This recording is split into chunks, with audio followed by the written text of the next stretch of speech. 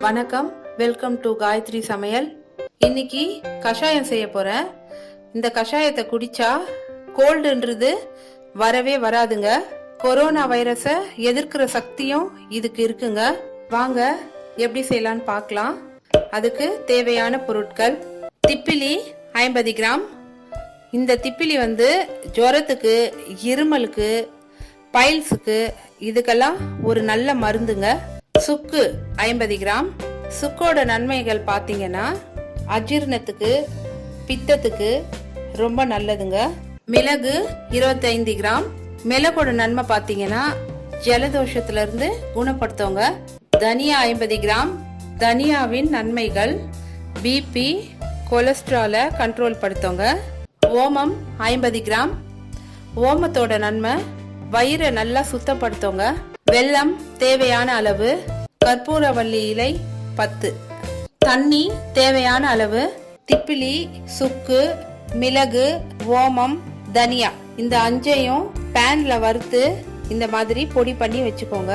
இந்த மாதிரி வறுத்து பொடி பண்றதுனால எத்தனை நாள் வேணாலும் கெடாம நல்லா இருக்குங்க. வாங்க எப்படி செய்யலான்னு பார்க்கலாம். வாங்க வெளியில கற்பூரவள்ளி இலை பறிச்சிட்டு வந்துடலாம்.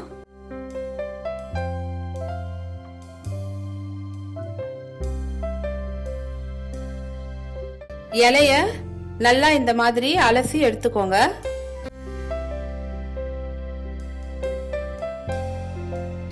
கஷாயத்துக்கு தண்ணி எடுத்துக்கலாம்.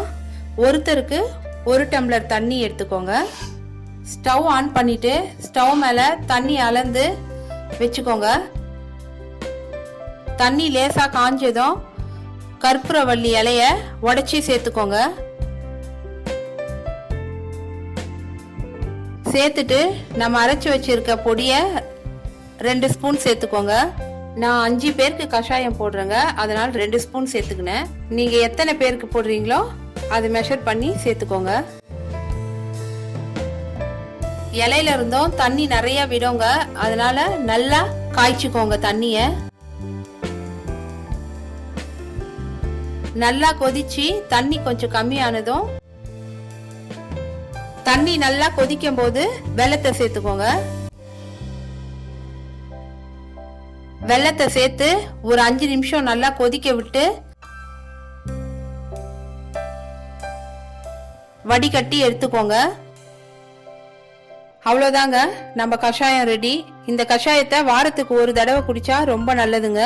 லாஸ்ட் விடுகதைக்கு கேட்ட கேள்விக்கு பதில் கத்தரிக்கோல். இன்றைய விடுகதை: இளம் வயதில் உயரமாக இருப்பேன், வயதானால் குள்ளமாகி விடுவேன், நான் யார்? இந்த விடுகதைக்கு விடை தெரிஞ்சிருந்தா கமெண்ட் பண்ணுங்க.